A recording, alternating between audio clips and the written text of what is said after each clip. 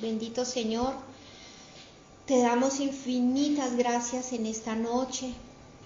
Queremos entregarte nuestros sueños, nuestros propósitos, nuestra vida. Y hoy te pedimos, Señor, que nos ayudes, porque tú muchos años atrás nos dijiste, hace exactamente 26 años, el 23 de este mes cumplimos 26 años de estarte sirviendo.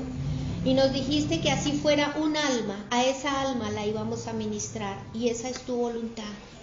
Por eso te pedimos en esta hora que nos ayudes, que nos redargullas, que nos ayudes a buscarte con desesperación, que levantes y despiertes al redil, Señor, porque tú les estás hablando, porque tú fuiste el que conformó este redil, no fuimos nosotros. Entonces nosotros queremos ser fieles a ti. Y queremos dar la batalla hasta el último de los días. Cada alma que se congrega en el redil es importante para ti. Por eso, estén conectados o no, los bendecimos, los ponemos delante de tu presencia y te reclamamos cada alma que tú trajiste. Te damos gracias por sus vidas y queremos seguir, Señor, trabajando para ti, buscándote a ti. Te damos gracias. Esperamos, Señor, tu presencia, tu voluntad y tu amor. Y háblanos en esta noche. Te lo suplicamos en el nombre que es sobre todo nombre. En tu nombre, Señor Jesucristo. Amén. Amén. Y amén. A veces el Señor pone cosas extrañas en mi corazón, y una que estaba pensando ahora es ¿qué pasará por el corazón de un creyente que se está apartando? ¿Cómo empieza ese fenómeno? Y acordándome de la parábola del sembrador, allí dice que los afanes de este siglo y las preocupaciones son las cosas por las cuales la palabra no entra. Entonces me imagino que alguien que está de pronto empezando a rodar en la cuesta descendente empieza a sentirse un poco mal con la palabra que se predica, sentirse aburrido, sentirse que el tema que se está tocando no tiene mucha importancia práctica, cantidad de sentimientos que van haciendo que se pierda de vista el propósito de la palabra de Dios. El capítulo 5 de Apocalipsis, mirado desde el Espíritu, como lo veíamos ayer, es un capítulo increíblemente importante para el creyente, para que entienda varias cosas, pero en términos generales dos. Por eso en la Reina Valera se titula El rollo y el cordero. El rollo corresponde al plan de Dios. El cristiano que entiende el plan de Dios sabe que tiene que luchar a brazo partido por mantenerse, porque es cuestión de vida o muerte. El que no entiende el plan de Dios piensa en función de algo muy parecido, me imagino yo, a una religión. Entonces está aburrido ahora con la palabra de Dios, como estaba aburrido antes cuando entraba a una reunión religiosa. Y el segundo tema es el Cordero. Aquí se nos va a presentar la totalidad de la revelación del Señor Jesucristo. ¿Quién realmente es? Aparte de esa visión que teníamos nosotros, que el Señor Jesucristo era, sí, de pronto el Hijo de Dios, pero sobre todo un buen hombre con buenos sentimientos y buenas enseñanzas. Resulta que el capítulo 5 nos va a mostrar muchas cosas muy profundas. El versículo 1: y vi en la mano derecha del que estaba sentado en el trono un libro escrito por dentro y por fuera, sellado con 7 sellos. Aquí hay obviamente una dificultad si tomamos esto literalmente. ¿Cómo se escribe un libro por dentro y por fuera? La cuestión es entender que la palabra en griego, biblión, equivale tanto a un libro como los que tenemos hoy en día, como los que antiguamente correspondían a los elementos de escritura, que eran los rollos de pergamino o de cualquier otro material que, la palabra misma lo dice, se enrollaban sobre sí mismos y ahí se guardaba el escrito. En la mano derecha de Dios sentado en su trono, el que está en el trono, está cogido un pergamino. Y aquí hay otra observación que hay que hacer. Mire, si este versículo 1 le cambiamos de sitio una sola coma, todo el sentido nos cambia radicalmente. Para que veamos la importancia de interpretar correctamente la palabra de Dios. Esto lo podemos leer de esta manera. Del que estaba sentado en el trono, un libro escrito por dentro y por fuera, coma, sellado con 7 sellos. En ese sentido, quedaría por entender que ese pergamino, ese rollo, al desenrollarse, tenía escrito por un lado y por el otro. No hay contradicción. Pero si cambiamos esa coma de sitio, podemos decir lo siguiente: del que estaba sentado en el trono, un libro escrito por dentro, coma, y por fuera sellado con 7 sellos. Cambia el sentido. Cambia el sentido totalmente, con una sola coma. Por eso es tan importante asegurarse de la Biblia que uno tiene entre sus manos y de que es una traducción correcta. Porque miren ustedes el ejemplo tan claro. Si eso es con una sola coma, ¿qué será con cambiando una palabra? O quitándole el sentido que tenía originalmente y poniendo otro diferente. Es importantísimo y sería muy bueno que los cristianos estudiosos les placiera incluso estudiar un poco de hebreo y de griego, por lo menos algunas raíces principales, importantes, algo así como lo que yo les he traído a ustedes para que se den cuenta que con penetrar dentro del sentido de una palabra, el sentido se enriquece también muchísimo y la comprensión de las cosas de Dios también. Estos son tesoros, hermanos, son tesoros profundos, son tesoros que hay que cuidar, pero también tesoros que hay que escudriñar para que la vida del creyente se enriquezca. La vida del creyente no es oír sermones, la vida del creyente es escudriñar en la palabra de Dios y en el corazón de Dios. Y entonces es cuando viene esa cantidad de descubrimientos que nos quitan la rutina, la apatía, el cansancio, nos hacen pensar que el cristianismo es algo pesado. Todo lo contrario.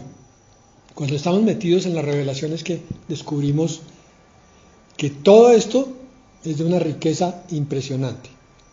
Entendiendo el libro como un rollo y entendiendo que estos sellos estaban puestos a lo largo del libro, no son 7 sellos uno detrás de otro por encima, porque cuando veamos el capítulo 6 vamos a ver que el Señor Jesucristo va rompiendo uno por uno de los sellos, y a medida que rompe cada sello va surgiendo una revelación. Entonces lo más probable es que los sellos estuvieran como en cadena, enrollaron un poquito, colocaron un sello como antiguamente era, no los sellos de hoy en día que son de poner un nombre, sino los sellos, se me olvidó la palabra, era un sello que, una sustancia que derretían en un esperma y hacían que cayera sobre el escrito donde ellos querían, y encima ahí sí ponían un sello que solía ser el anillo del personaje. Estos sellos, lacre, me acordé, ahora sí me acordé, sellos de lacre. El lacre quedaba duro y la única forma de abrir lo que estaba sellado era rompiendo ese lacre, de forma tal que uno se podía dar cuenta que el escrito había sido violentado. Aquí van poniendo un sello primero, después otro, y el Señor empieza a romper los sellos en el orden inverso. Estos 7 sellos indican la importancia de este libro y estoy invitándolos a que abran su corazón a esto, porque lo que está en este libro muy probablemente es el plan de Dios. ¿Por qué? ¿Por qué sabemos que es el plan de Dios? Porque cuando empieza a abrirse el libro en el capítulo 6, lo que empiezan es a ocurrir cosas una detrás de otra a partir de la manifestación del anticristo y las manifestaciones de los golpes, de las tragedias que van a ocurrir durante la tribulación. Por eso los teólogos piensan que este libro contiene todo el plan de Dios. Y yo les decía que es necesario entender cuál es el plan de Dios. El plan de Dios no está descrito en ninguna parte de la Biblia. Es una conclusión a la que se llega después de haber leído la Biblia varias veces. Más o menos podemos resumirlo de la siguiente manera. El Señor crea criaturas. No estoy hablando en redundancia, estoy diciendo que por un lado crea a los ángeles y por otro lado crea al ser humano. Y a ambos les da libertad, o sea, libre albedrío. El Señor sabe en su fuero interno, en su omnisciencia, que tanto los ángeles como los hombres se van a rebelar, la mayoría o algunos, porque precisamente la libertad consiste en escoger entre Dios y no Dios, o entre lo bueno y lo malo. Muchos van a escoger lo malo, pero el Señor, que ve en ese plan, deja que el plan transcurra. Y es allí donde muchos incrédulos se preguntan, pero ¿por qué Dios permite que pasen tantas cosas? ¿Por qué el libro de Apocalipsis describe tantas tragedias y Dios no hace nada? Porque en el plan de Dios está un hecho que no podemos perder de vista, y es que eso sirve de filtro. El uso de la libertad de cada ser humano, lo que te incluye a ti que oyes, sirve de filtro para saber quién eres.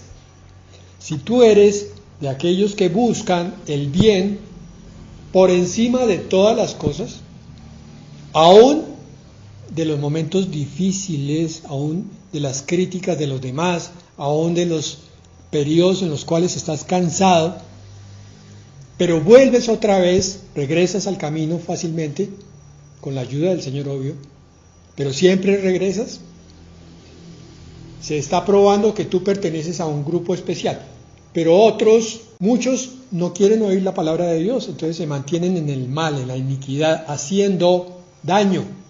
Puede que no sean, como hemos dicho aquí, delincuentes, asaltabancos, nada de esas cosas, pero son egoístas y con su egoísmo están haciéndole daño a los que están a su alrededor.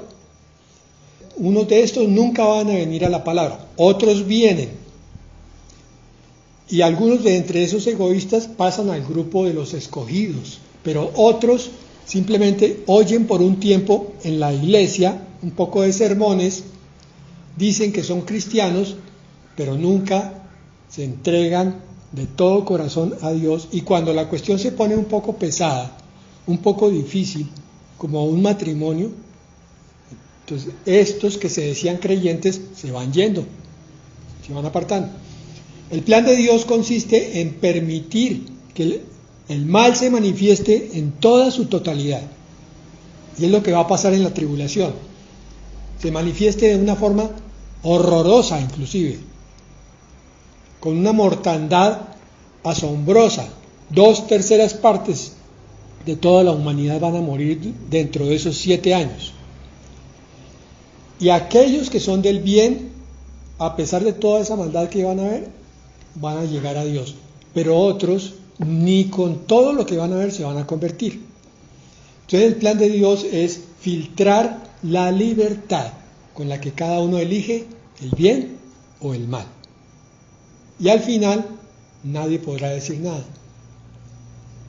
Este plan de Dios es el que empieza a culminar en el rollo que el Señor va a empezar a desenrollar ahora después, en el capítulo siguiente. En este plan de Dios se cumplen 2 leyes universales. La primera está en Gálatas 6:7, donde dice: no os engañéis, Dios no puede ser burlado, pues todo lo que el hombre sembrare, eso también segará. Quiere decir que el malo, aunque parezca bueno por un tiempo, va a cosechar más mal para su vida.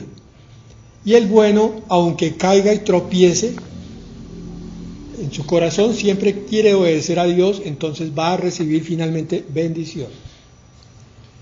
Y ese plan de Dios se va a mostrar en su plenitud, en su totalidad, cuando la maldad se manifieste en el clímax.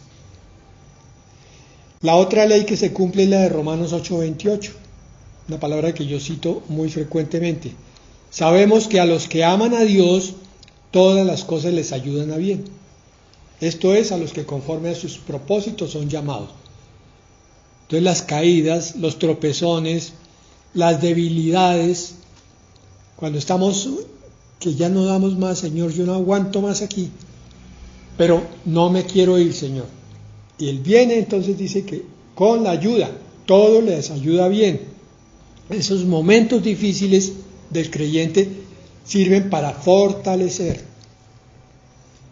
Versículo 2 del capítulo 5 de Apocalipsis. Y vi un ángel fuerte que pregonaba a gran voz: ¿quién es digno de abrir el libro y desatar sus sellos? 3. Y ninguno, ni en el cielo, ni en la tierra, ni debajo de la tierra, podía abrir el libro, ni aún mirarlo. ¿Quién es digno? En el cielo la dignidad no tiene que ver con el poder, ni con la fuerza, ni con nada de esas cosas, ni con la dignidad o la posición, sino con la victoria sobre la persistencia y el valor moral. Esa es la vestidura blanca que Dios mira tanto. El versículo 3 dice que ninguno, ni en el cielo ni en la tierra, y eso incluye, ni debajo de la tierra, eso incluye a todas las criaturas con inteligencia. O sea, ni ángeles, ni seres humanos, ninguno podía abrir este libro, porque requería una cantidad de requisitos. Dice también, ni aún mirarlo, es decir, ni leerlo. Juan dice en 5:4, lloraba yo mucho porque no se había hallado a ninguno digno de abrir el libro, ni de leerlo, ni de mirarlo. Versículo 5, uno de los ancianos me dijo: no llores, he aquí que el león de la tribu de Judá, la raíz de David, ha vencido para abrir el libro y desatar sus 7 sellos. Me llama inmediatamente la atención la palabra ha vencido. El Señor Jesucristo libró la más grande de todas las batallas universales que haya librado ser alguno. Ninguno de nosotros, dice Hebreos, ha sufrido hasta la muerte como lo sufrió el Señor Jesucristo. Somos muy propensos a quejarnos a veces de nuestras cargas, pero eso es porque no las comparamos con una medida bíblica, y en la medida bíblica estuvo un ministerio perseguido, calumniado, incomprendido, un ministerio que dejó solamente unas poquísimas semillas porque el resto siempre se fue, un ministerio que estuvo a punto de terminar violentamente más de una vez. Ustedes recuerden que intentaron despeñar al Señor Jesucristo, intentaron apedrearlo antes de crucificarlo. Y un ministerio que terminó de una forma absolutamente dolorosa, marcada por la ignominia de la condena a un inocente. Después de él, nadie más ha sufrido como él. Mirar al Señor es poner en un plato de la balanza, en una justa medida, nuestra vida y comprender que nosotros podemos resistir más todavía de lo que nos haya podido tocar hasta el momento duro. En el capítulo 4 el centro era el Dios Altísimo, aquel que estaba sentado en el trono. Aquí en el capítulo 5 el centro es el Cordero de Dios. Me preguntaba yo también qué sentirían los judaizantes, los que quieren volver al Antiguo Testamento, cuando de pronto por accidente leen el capítulo 5 de Apocalipsis. Yo creo que ellos inmediatamente cierran el libro y dicen, no, pues es que Juan, también, igual que Pablo, fueron unos proscritos. Porque aquí está claramente definidas muchas cosas. Pablo nos pide en Filipenses 2:5 que tengamos el mismo sentir que el Señor Jesucristo, porque miren lo que pasa allí. En Filipenses 2:6 al 9, dice: el cual, siendo en forma de Dios, no estimó el ser igual a Dios como cosa a que aferrarse. Versículo 7, sino que se despojó a sí mismo, tomando forma de siervo, hecho semejante a los hombres. Pongámonos un poquito en la visión celestial. El Señor Jesucristo, antes de venir a la tierra en carne, era el Verbo, y allí estaba rodeado de toda la gloria de Dios, de todo el poder y de la misma esencia de su Padre Celestial. Por causa del plan de salvación, el Hijo mira al Padre y el Padre mira al Hijo, y Él dice: me voy a despojar de todo lo que tengo aquí en el cielo contigo, Padre, y me voy a hacer hombre para vivir como ellos y para que ellos sepan que tienen un consuelo en mi vida y en mi testimonio, y para que muriendo pueda rescatarlos. El Padre le dice: te envío. Esto es como si nosotros tenemos una casa propia y vemos la necesidad de alguien y decimos: yo me salgo de mi casa, la dejo para que ese necesitado entre y la viva en vez de mí. Me pregunto, ¿quién sería capaz de hacer eso? Pero esto es mucho más allá que simplemente dejar una casa. Es toda la dignidad, todo el poder, toda la sabiduría, porque para meterse en un cuerpo de carne tenía que despojarse de una gran cantidad de atributos divinos. Y en Filipenses 2:8 dice: y estando en la condición de hombre, se humilló a sí mismo, haciéndose obediente hasta la muerte y muerte de cruz. Entonces, no solo se despoja, como dice arriba en el 7, sino que además de despojarse, ahora se humilla hasta hacerse reo de muerte, como si fuera un delincuente, humillado hasta lo último y muriendo de una muerte ignominiosa y dolorosa, humillante de todas maneras. Los romanos usaban la muerte en la cruz precisamente como una de las formas peores de castigo. El Señor hace todo esto voluntariamente. Y nosotros, en nuestra apreciación, a veces miramos al Señor Jesucristo y decimos: bueno, el Maestro, el que caminó en la tierra, el que sanó enfermos y levantó muertos, el Hijo de Dios, ¿sí? Pero nos quedamos cortos en eso porque ha impactado tanto esta visión de despojamiento y de humillación del Hijo de Dios que se nos quedó como alguien que solamente es mansedumbre, humildad y permitir que los demás lo pisoteen. Pero en 2:9 de Filipenses dice: por lo cual Dios también lo exaltó hasta lo sumo y le dio el nombre que es sobre todo nombre. Este es el Cordero que estamos viendo aquí ahora, que viene a iniciar un camino diferente, totalmente diferente al de la primera venida, que es el de reclamar todo aquello de lo que Él se había despojado, toda la divinidad, toda la gloria de Dios, todo el poder de Dios, para tomar lo que es suyo, que es, ¿qué? Toda la creación, no solo el reino davídico, pero el reino davídico es el primer paso de tomar toda la creación.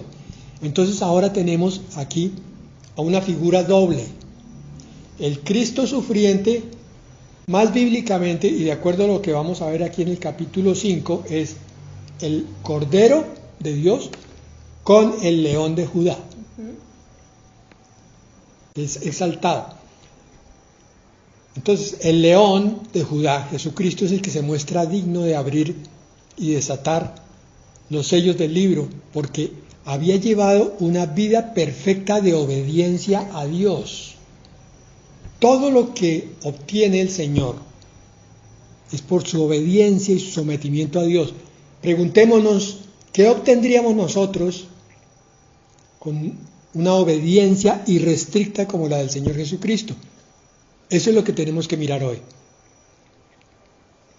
Al morir en la cruz por los pecados del mundo, resucitar y mostrar su poder y autoridad es el primer paso. Ahora viene como león a reclamar, porque ya venció el pecado, la muerte, el infierno y a Satanás. Venció a todos los enemigos. Ahora es un Cristo de poder. Recuerden que en Apocalipsis 19, el que desciende en el caballo blanco baja a derrotar a Satanás y a sus ejércitos. Esa es la penúltima gran batalla entre el bien y el mal, porque la última es al final del milenio, otra vez entre el Señor, Dios el Padre, Dios el Hijo y Satanás. Nuestra vida cristiana es una batalla por mantenernos en uno de los dos equipos. Éramos del equipo del mal, hasta que fuimos rescatados para el equipo del bien. Sin embargo, algunos regresan otra vez al equipo del mal. ¿Por qué? Por lo que ya vimos en el plan de Dios. Apocalipsis 5:6. Miré y vi en medio del trono y de los 4 seres vivientes y en medio de los ancianos, estaba en pie un cordero como inmolado, que tenía 7 cuernos y 7 ojos, los cuales son los 7 espíritus de Dios enviados por toda la tierra. Si se dieron cuenta, en el versículo 5, uno de los ancianos le dice a Juan: no llores, he aquí que el león de la tribu de Judá, lo señala a él, como que va a tomar el libro. Pero en el versículo 6 lo toma el cordero. Sí. El león y el cordero. 2 complementos de un solo Mesías verdadero, Hijo de Dios verdadero. Lo que hoy el Señor nos quiere transmitir a través de este capítulo 5 es que no perdamos de vista al Señor a quien servimos, que es un Mesías y Maestro bondadoso, amable, manso, pero también es un león que defiende con fuerza y reclama lo que es suyo. Es temible.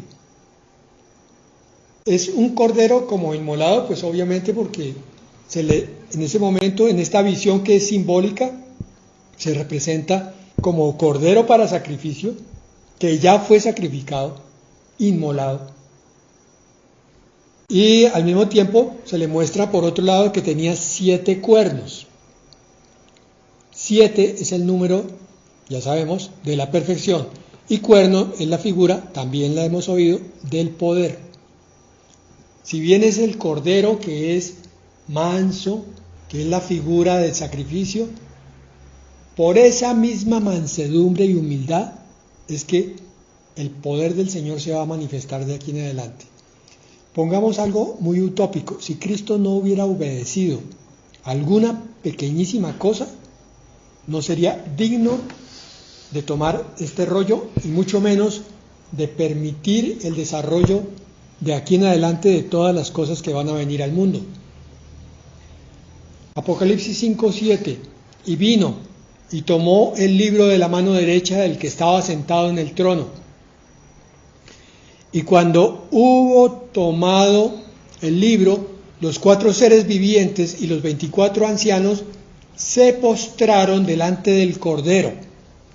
Todos tenían arpas y copas de oro llenas de incienso, que son las oraciones de los santos. Recuerden ustedes que en el capítulo anterior estos 24 ancianos se estaban postrando delante del Dios eterno, altísimo, del Padre celestial, sentado en el trono. Ahora estos 24 ancianos se postran delante del Cordero con la misma actitud con que lo hicieron ante el Dios Altísimo. ¿Por qué estoy diciendo esto? Porque Satanás es experto en colocar dudas con respecto a la divinidad de Cristo. Él dice: pero si Cristo es el Hijo de Dios, es que es menos que Dios. Si Cristo murió en la cruz, es porque es menos que Dios. No, es uno con Dios, es el mismo. Y tan es así que aquí entonces recibe el mismo homenaje y el mismo reconocimiento del Dios Altísimo de los 24 representantes del Antiguo y del Nuevo Testamento. Y con esta consideración lo que estamos haciendo es reestructurar nuestra visión del Hijo de Dios a quien servimos, razón por la cual nos llamamos cristianos. Tenemos a un Dios altísimo como nuestro Señor. Y esa es la razón principal por la cual debemos obedecerlo. Y cantaban un nuevo cántico diciendo: digno eres de tomar el libro y de abrir sus sellos, porque tú fuiste inmolado y con tu sangre nos has redimido para Dios, de todo linaje, lengua y pueblo y nación. El Señor recoge de entre todo el mundo, todas las razas, todas las lenguas, todos los estatus sociales, a los que son suyos. Y es por esa razón que nosotros como cristianos debemos mirarnos los unos a los otros como hermanos. El Señor no hace distinción de credos ni de razas para traernos a Él. Se necesita es simplemente que uno venga arrepentido y con el deseo de reconocer a Jesucristo. En el 10 dice: y nos has hecho para Dios reyes y sacerdotes, y reinaremos sobre la tierra. ¿Quién nos ha hecho así? El Cordero de Dios. Al subir a la cruz, al ser inmolado, tomó nuestra esencia y la levantó hasta Él y nos convirtió en esto, que es lo mismo que Él va a hacer. Que aquí cabe anotar, y es muy importante, que aquí ya está la iglesia, ya estamos todos con el Señor. Aquí cuando el Señor dice que con tu sangre nos has redimido para Dios de todo linaje, lengua y pueblo y nación, y nos has hecho para nuestro Dios reyes y sacerdotes, y reinaremos sobre la tierra. Ya toda la iglesia, todos los que estamos en santidad esperando, ya estamos con el Señor antes de que vengan los juicios y la ira de Dios. Es más, sí, de acuerdo. Este pasaje es la inauguración de la iglesia en el cielo. Amén. Aquí la iglesia, digamos que está asistiendo por primera vez, podemos decirlo así, a la primera adoración celestial al Rey de Reyes y Señor de Señores, al Dios Altísimo y al Dios el Hijo. Este es el inicio de los 7 años de la tribulación, como vamos a ver en el siguiente capítulo, cuando se rompa el primer sello. De aquí en adelante entonces viene probablemente la última preparación de la iglesia ya en el cielo, para al final llegar a las bodas del Cordero. Esta iglesia ya está en el cielo. Tengamos eso siempre en mente, porque aquí están citando precisamente esa palabra donde dice: nos has hecho para Dios reyes y sacerdotes.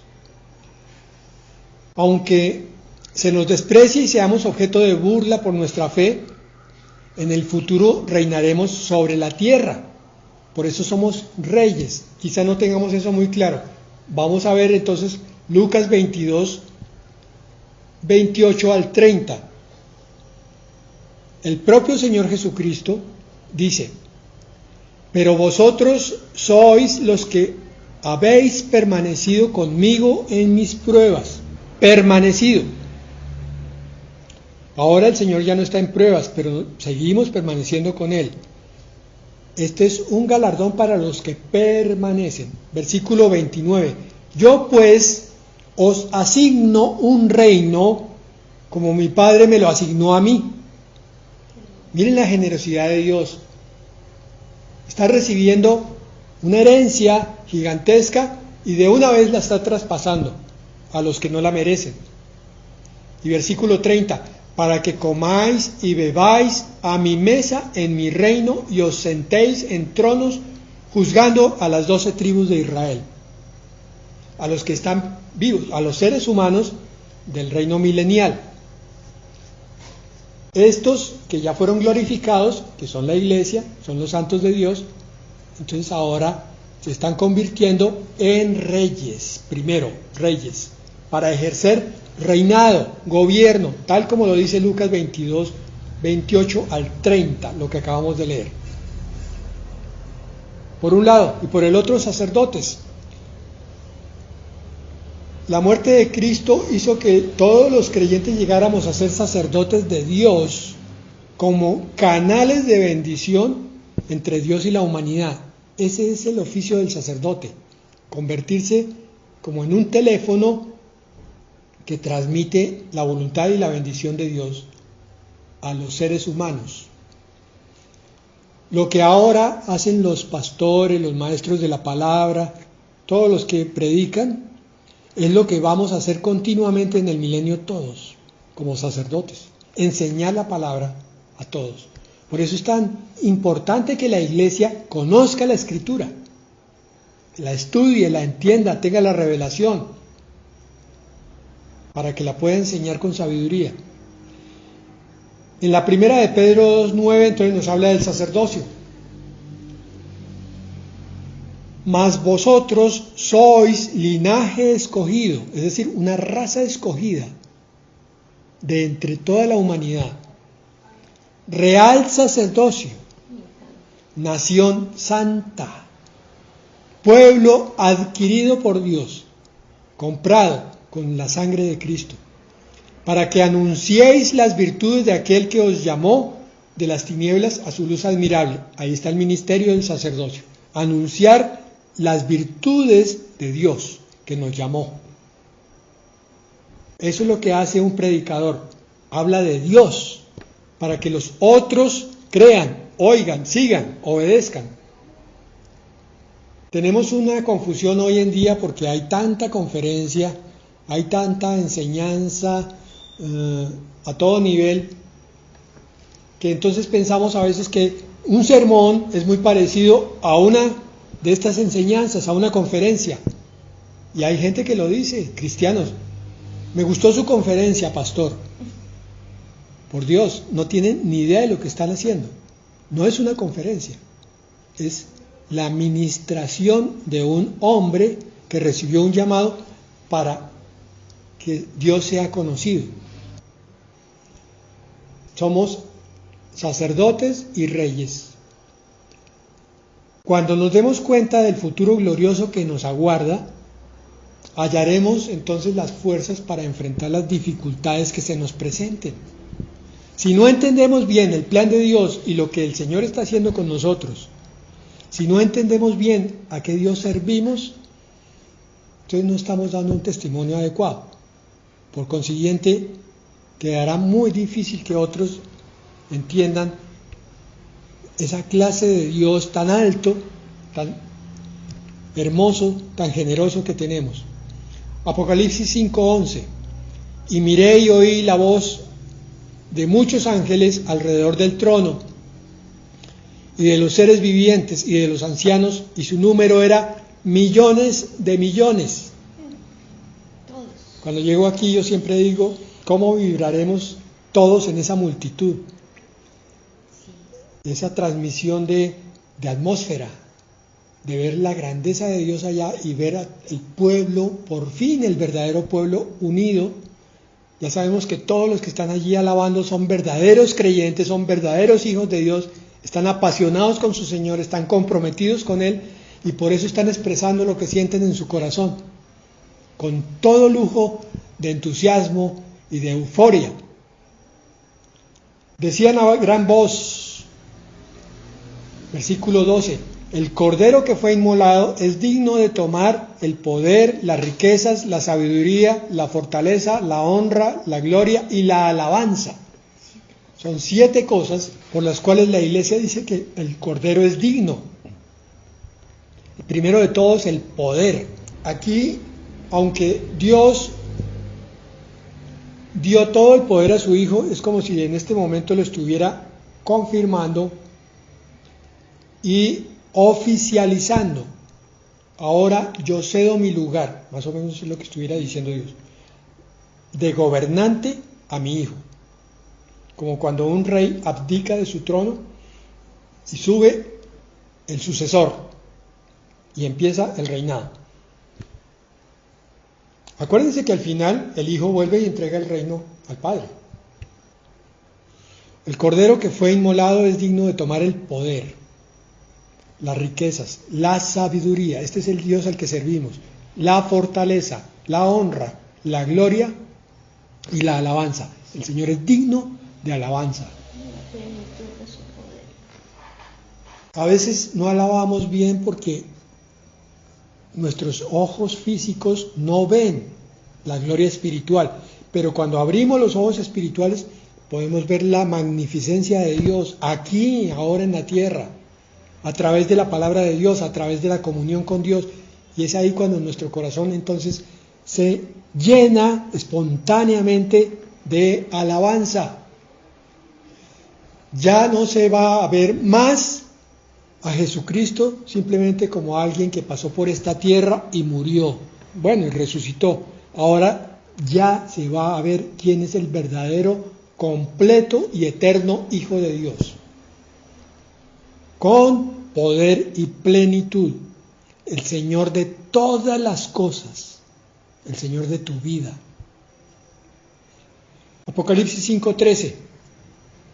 Y a todo lo creado que está en el cielo y sobre la tierra y debajo de la tierra y en el mar y a todas las cosas que en ellos hay, oí decir: al que está sentado en el trono y al Cordero sea la alabanza, la honra, la gloria y el poder por los siglos de los siglos. Filipenses 2:9 nos dice lo siguiente: por lo cual Dios también le exaltó hasta lo sumo. ¿Por qué? Porque se humilló hasta lo sumo, el Hijo de Dios, y le dio un nombre que es sobre todo nombre. Esto es lo mismo que hace con nosotros. Al que se humilla, Dios lo exalta. El que reconoce a Dios como dueño y Señor de todo, el Señor termina permitiendo un tiempo de humillación. Los hombres te miran, te juzgan, te critican, no te entienden, se burlan de ti. Sí, eso es por un tiempo, lo mismo que Cristo. Pero llegará el momento en que, así como Cristo fue exaltado, levantado hasta Dios, así el creyente será llevado a la misma altura del Señor Jesucristo. Qué bendición tan inmerecida, que el Dios eterno que nos creó nos coloque en el mismo sitio que Él, no siendo nada.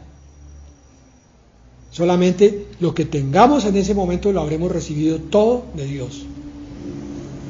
Y Filipenses 2:10, para que en el nombre de Jesús se doble toda rodilla de los que están en los cielos y en la tierra y debajo de la tierra. Este capítulo 5 es un capítulo de exaltación del Señor Jesucristo. Es para que nuestro corazón haga esto. En el nombre de Jesús se doblen nuestras rodillas espirituales. Y en completa humildad, humillación de la carne, digamos: tú eres nuestro Señor. Gloria a ti, Señor Jesucristo. Gloria a ti, Cordero de Dios. 5:14. Los 4 seres vivientes decían: amén. Y los 24 ancianos se postraron sobre sus rostros y adoraron al que vive por los siglos de los siglos. Postrados sobre sus rostros. Estos son ancianos y sin embargo se tiran al suelo. La postración oriental es con rostro a tierra. Esa es la verdadera humillación en reconocimiento de nuestra pequeñez ante la estatura inconcebible de nuestro Dios. Entonces aquí en este capítulo se nos mostró que solo el Cordero, Jesucristo, es el único digno de abrir el rollo.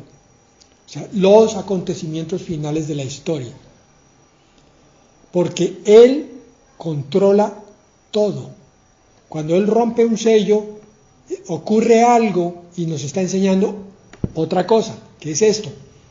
Cada cosa que ocurre está bajo el control de el Creador, el Hijo de Dios o el Padre, ambos.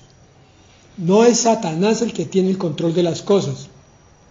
De modo que cuando algo crítico nos está pasando, tenemos que pensar en quién es el que controla y acudir a Él. No empezar a decir: no, es que tengo un ataque tremendo, aquí no hay nada que hacer, Satanás me está aplastando. estoy deprimido, estoy derrotado, me voy a ir. Lo que está ocurriendo es que el Señor está probando mi corazón en este momento para ver si lo reconozco a Él a través del ataque, como hizo Job. El Señor dio, el Señor quitó. Bendito sea el nombre de mi Dios. Bien. En este capítulo, para mí personalmente, es uno de los más hermosos de Apocalipsis, porque en este momento se está dando lo más hermoso, que es la coronación y el reconocimiento del Rey. Aquí es donde el Padre, Dios el Padre, está dándole al Señor, a ese Cordero inmolado, todo el poder, como decía el pastor, la riqueza, la sabiduría, la fortaleza, la honra, la gloria y la alabanza. Son 7 cosas que comprenden el poder máximo, completo, de Dios al Hijo. Es donde Él legalmente ya asume el control de todo, y toda la iglesia en ese momento está adorándolo. Ahí dice que y miré y oí la voz de muchos ángeles alrededor del trono, y de los seres vivientes y de los ancianos, y su número era millones de millones. Como decía Fer, vamos a ver a David, vamos a mirar a los héroes del Antiguo Testamento, a todos esos santos, al apóstol Pedro, Pablo, a todos ellos vamos a estar todos, a Daniel, a José, a todos ellos vamos a estar ahí, todos de alguna manera libramos esa batalla, y vamos a estar ahí en un gozo sublime, un gozo que no alcanzamos a imaginarnos, y le estamos dando toda la gloria y la honra. O sea, aquí en el cielo, cuando nos vamos, estamos en una celebración preciosísima, dándole todo el honor y la gloria al Rey. Y a partir de este momento, entonces ya en los próximos capítulos que comenzamos a ver, ya viene todos los juicios de la ira de Dios. De la ira de Dios por toda la maldad que Satanás y los que siguieron a Satanás, el Señor va a venir a hacer el juicio con ellos. Pero nosotros, para que ustedes tengan aliento, para que se animen, para que no decline su fe, estamos dando una batalla, la batalla de la pereza, del sueño, de los afanes de la vida, lo que decía el pastor. Nosotros tenemos que vencer todo esto para poder ser dignos de estar allí, y ya estamos en una cuenta regresiva. Entonces piensen en esto, estudien esto y preparémonos, porque vamos a estar en esa celebración maravillosa.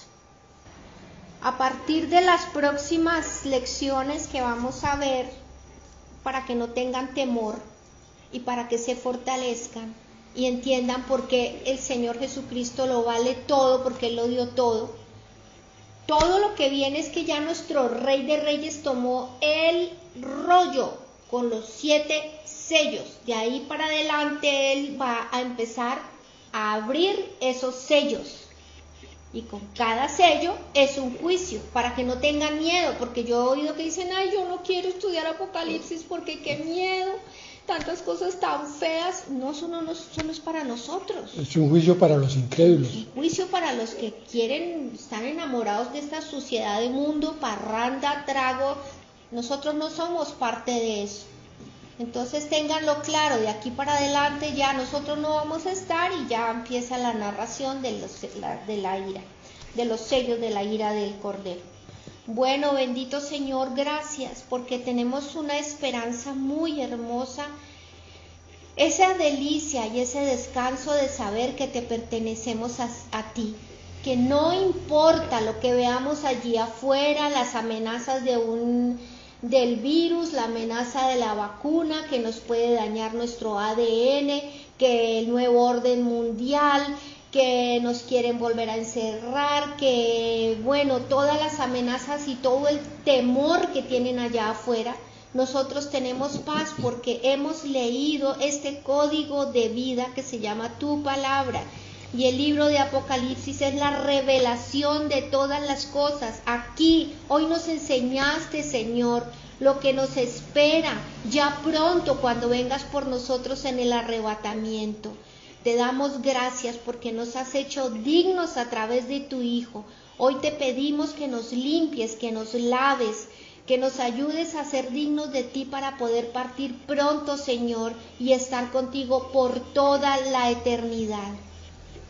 Hoy te pedimos que fortalezcas a la iglesia, que fortalezcas no solamente a los que estamos aquí reunidos, sino a todas las personas a las que de todas las formas les estamos compartiendo que tú vienes, Señor, para que no se enfríen, para que no se queden enamorados de esta banalidad de este mundo, puedan salir de ahí y buscarte a ti, Señor, porque tú lo mereces todo. Ayúdanos a alistar nuestras maletas, ayúdanos. Te damos gracias, bendecimos tu santo nombre y te decimos, como dice tu palabra, el Espíritu y la esposa dicen ven, ven Señor Jesús. Amén y amén. Amén. Bueno, entonces para mañana estábamos hablando muy coloquialmente, contándoles aquí que mañana es